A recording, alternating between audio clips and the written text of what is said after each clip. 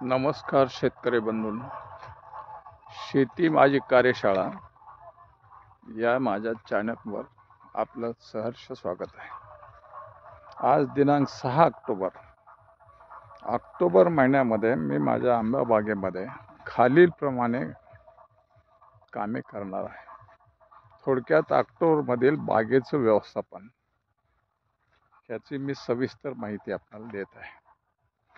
तर बघू शकता आपण की बागेला सप्टेंबर एंडपर्यंत पूर्ण खताचे डोस हे दिलेले आहेत आपण, आणि नवीन पालवी खूप सुंदर अशी डेव्हलप झाली आहे।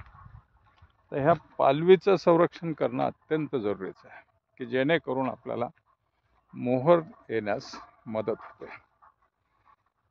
प्रथमतः आपण यावर बुरशीनाशक याची फवारणी करणार आहोत।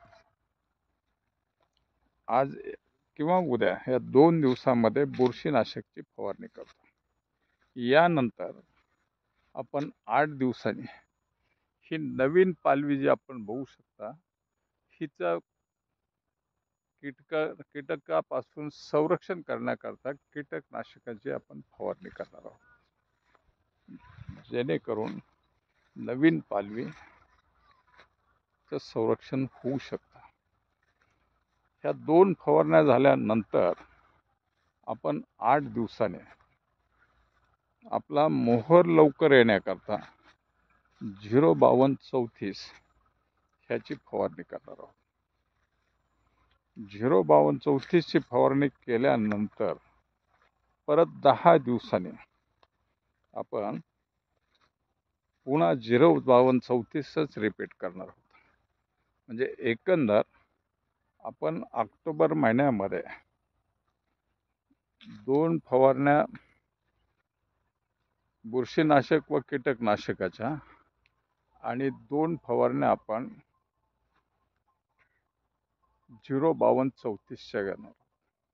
05234 मुळे जी नवीन पालवी आहे ती लवकर मॅच्युअर होण्यास मदत होते, आणि ती पालवी मॅच्युअर झाल्यानंतर मोहर येण्यास सुरुवात होते। तेव्हा शक्य झाल्यास आपण 10 दिवसाच्या अंतराने ऑक्टोबरमध्ये 05234च्या फवारण्या करणं अत्यंत जरुरीचं आहे। तणाचं नियंत्रण मी बागेमध्ये बऱ्यापैकी केलेलं आहे, परंतु यावर्षी पाऊस जास्त असल्यामुळे तणाचं नियंत्रण करणं थोडंसं अवघड जात आहे। आणि याचबरोबर आपण ऑक्टोबरमध्ये मायक्रोन्यूट्रिएंट प्लस बोरान याचं आपण एक तर ड्रिंचिंग करणार किंवा ड्रीपमधून आपण बागेला देणार। कारण खताचं पूर्ण शेड्यूल आपण 30 सप्टेंबरपर्यंत पूर्ण केलेलं आहे, परंतु मायक्रोन्यूट्रिएंट्स हे पण अत्यंत जरुरीचं आहे, जेणेकरून मोहर निघण्यास आणि पुढे फळधारणा होण्यास अत्यंत जरुरीचं असतं। तेव्हा ऑक्टोबरमध्येच मायक्रोन्यूट्रिएंट आणि बोरान याचं पण आपण ड्रिपद्वारे देणार आहोत। बघू शकता ही 4 वर्षाची माझी बाग आहे। सुंदर असं पालवी आलेली आहे। तर हिचं संरक्षण करणं, तणाचं नियोजन करणं, तणाचं नियंत्रण आणि नवीन पालवी आली त्याचं संरक्षण, ह्या 2 गोष्टी अत्यंत महत्त्वाच्या आहेत।